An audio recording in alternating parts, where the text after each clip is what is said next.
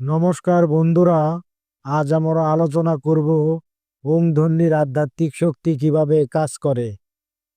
ওম হলো হিন্দু ধর্ম, বৌদ্ধ ধর্ম ও জৈন ধর্মে সবচেয়ে পবিত্র ধ্বনি।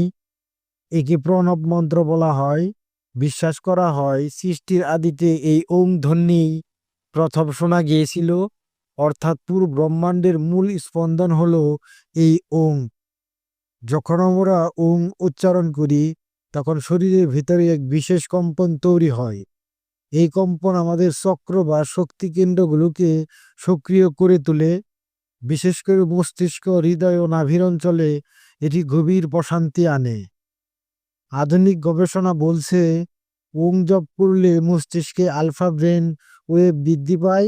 এটি আমাদের মনকে শান্ত করে, উদ্বেগ ও মানসিক চাপ কমায়, এমনকি শ্বাস প্রশ্বাস নিয়ন্ত্রণে থাকে এবং স্নায়ুতন্ত্র শান্ত হয়।